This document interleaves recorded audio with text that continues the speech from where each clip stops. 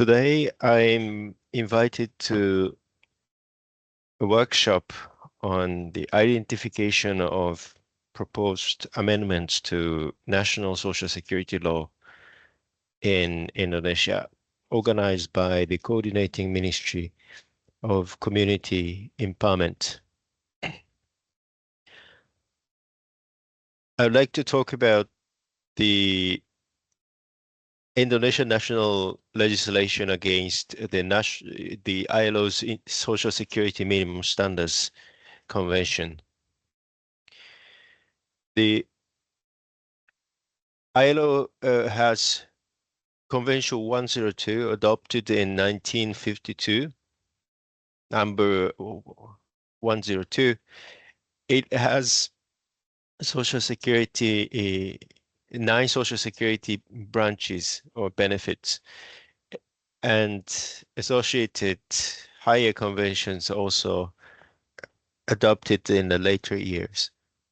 So whenever we have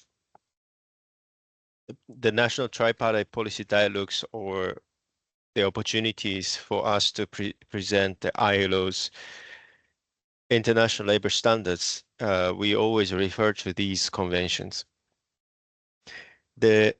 According to the ILO's assessment, the latest ILO's assessment, Indonesia doesn't have 2 social security branches in the national legislations. These benefits include maternity and sickness benefits, and these were provided under the labor law number 13, 2003. But these are not embedded in the national social security law, and therefore the social security institutions in Indonesia do not provide these benefits. But employers are directly liable to pay maternity leave cash benefits and a cash sickness benefit.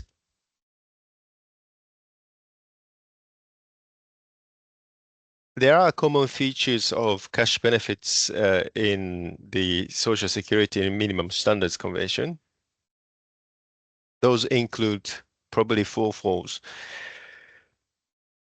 The benefit must be paid periodically, but not in lump sum. The benefits payment must continue as long as contingency lasts.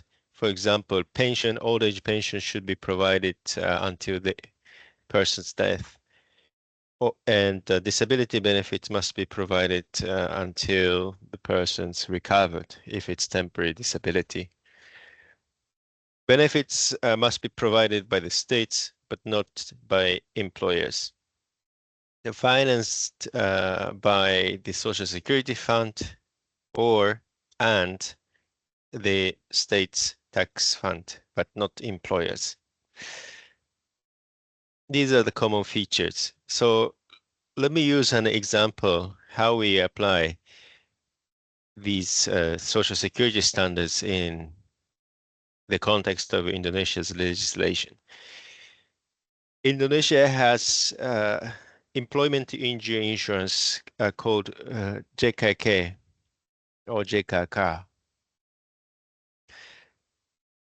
It provides a lump sum benefit for 70% of 18-month equivalent last wage when people get total disability in the workplace.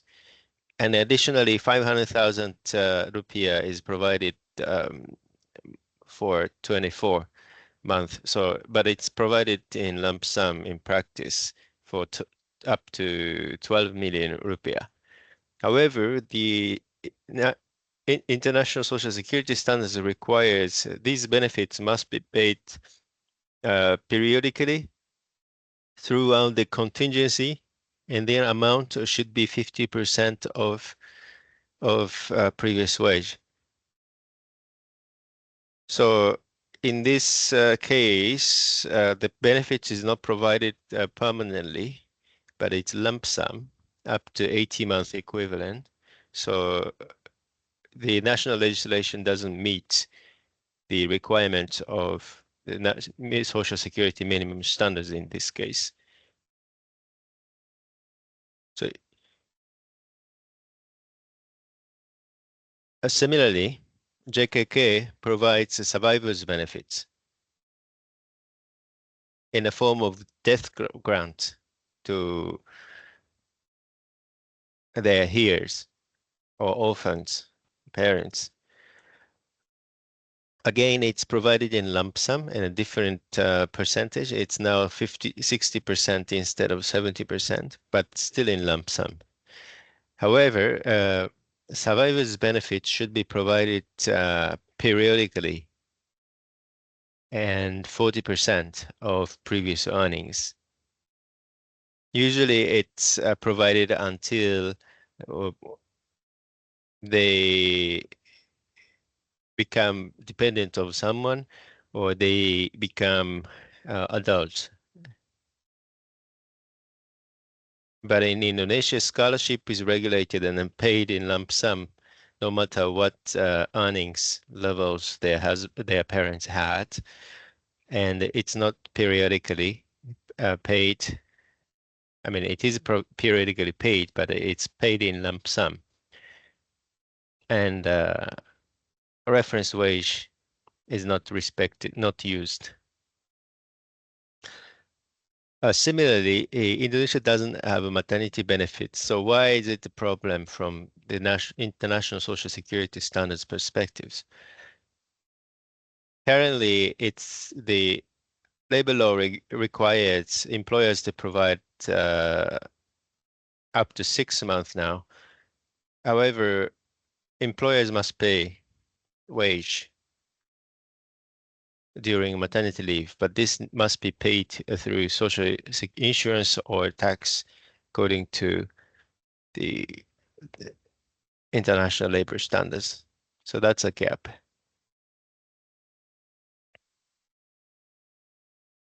What about Jamina Haritoa? Defined contribution, social security, old age savings.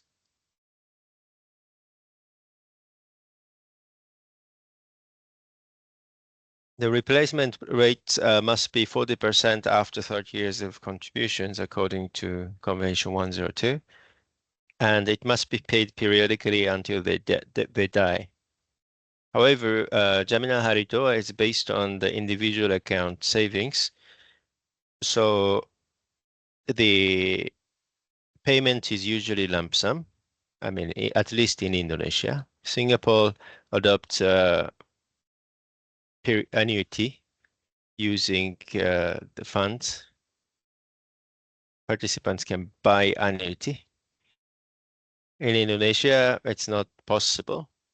Even so, the replacement rate may not be achievable. 40% of previous earnings if they contributed for 30 years, because 5.7% of contribution may be too low to achieve that.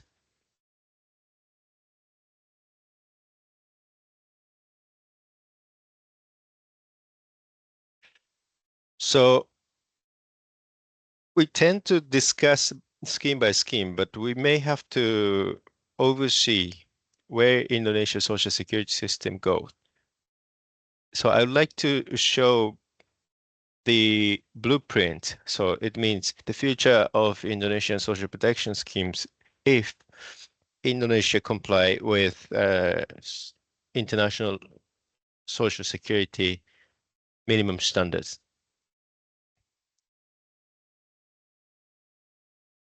Social security must be provided throughout the life cycle. So it means from birth to death. The states must provide protection and provide benefits, provide cash benefits uh, when something happens in their life. Medical care is provided by JKN. Okay, that's fine.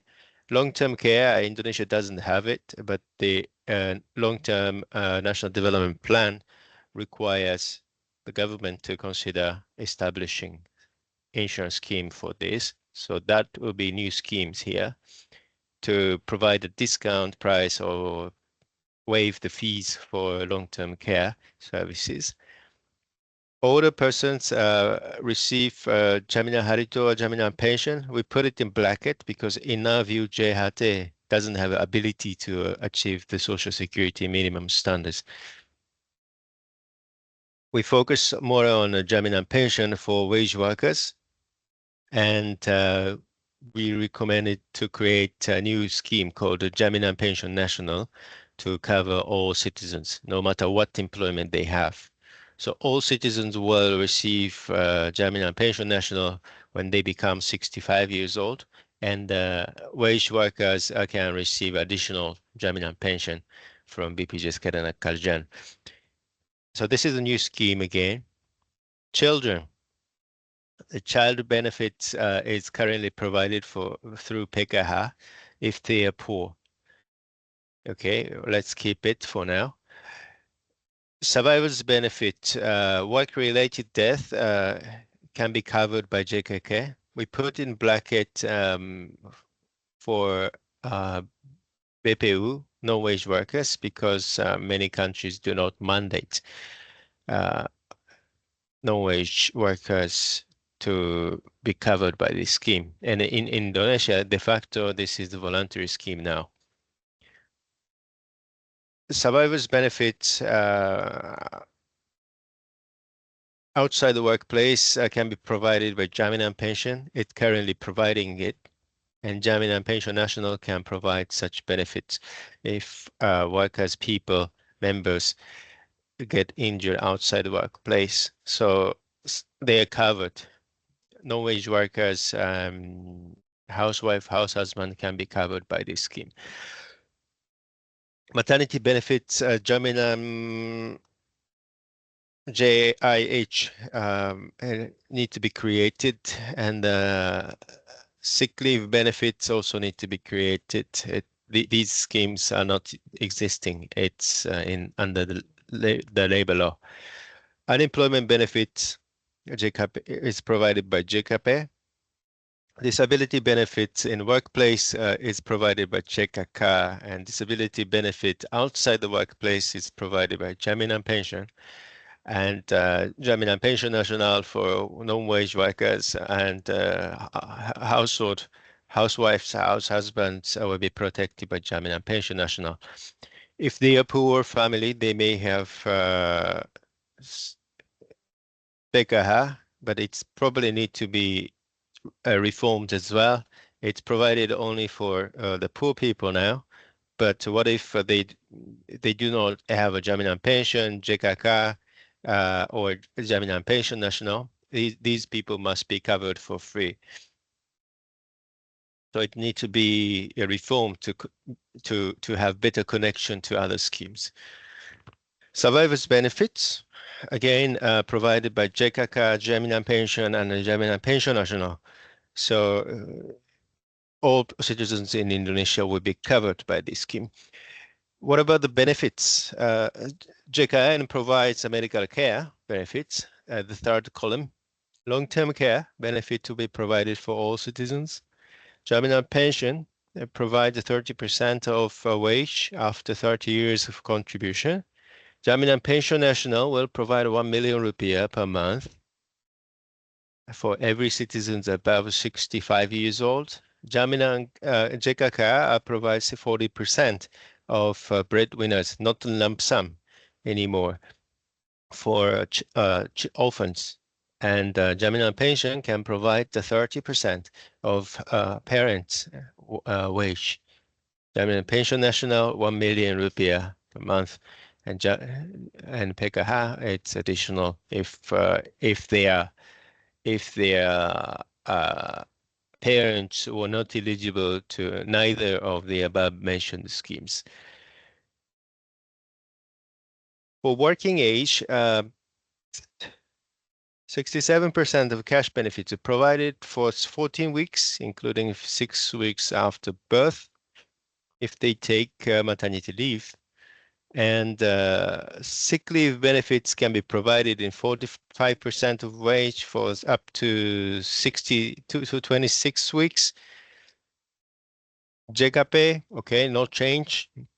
JKK for persons with disabilities, okay, this is the current formula. It's up to Indonesia whether to keep this amount or not. But this benefit is relatively generous compared to the international social security standards. So if if we reduce the amount, of course, the actuarial um, recommendation on contribution will be lower. 50% of wage will be provided instead of lump sum for 80 months. Jaminan Pension provides 30% of wage now, okay? And Jaminan Pension National will provide 1 million for those who are covered by this scheme.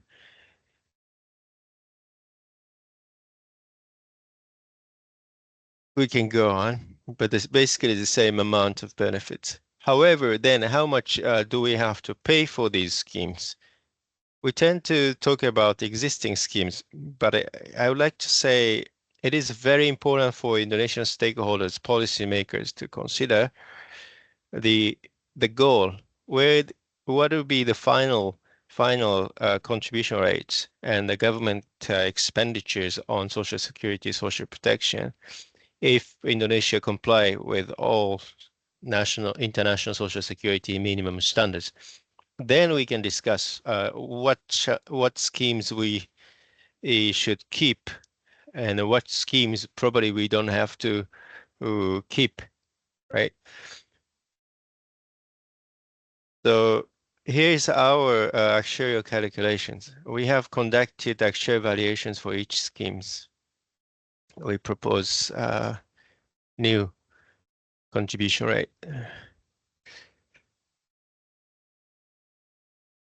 And here's the amount.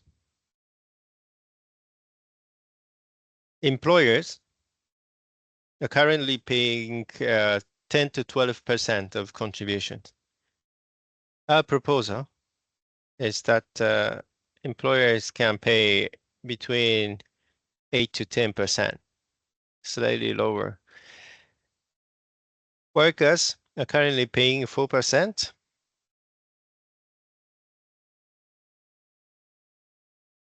But our proposal is for workers to pay 5.5% plus 300,000 rupiah flat for jaminan pension.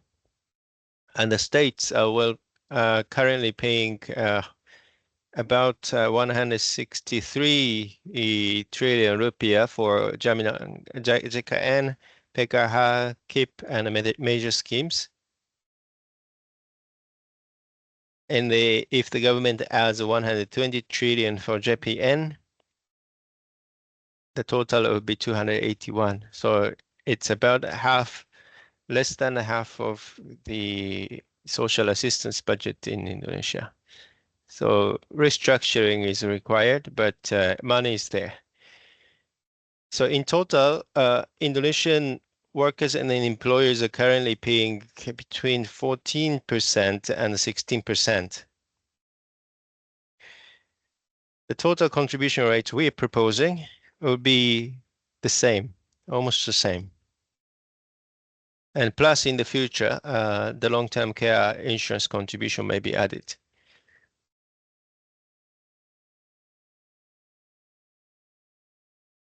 For non-wage workers, they are currently paying only 52% to 52,000 rupiah for JKN.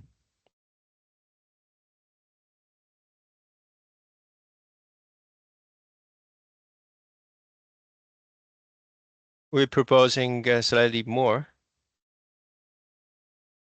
So non-wage workers are paying JPN and JKN in the future, plus long-term care insurance every month. So here's my message. We tend to talk about the existing schemes. How can we tweak a little bit existing schemes? But we may have to look at the overall pictures. And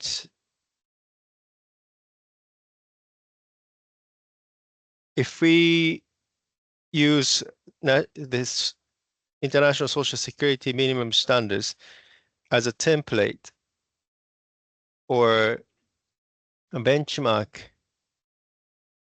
we can find a way to go, what is the policy gaps here? For example, universal pension, just like a Jaminan Pension National, doesn't exist here in Indonesia. That's why currently disability benefits are not provided for non-wage workers if they get injured outside the workplace because they are not covered by such scheme. But before discussing these kind of overviews, we tend to discuss the contribution rate. But here is my message, our message. The overall contribution rate may not be very different from what we are paying today. If we give up Jaminan Haritoa, if we give up JKM, because we don't consider these schemes as a social security, and there are better options for Indonesia to establish according to international social security minimum standards. So we remove 5.7% for JHT and allocate the same amount of contribution to the other schemes, which may be more beneficial for the people. That's our message. Thank you very much for listening. And I close.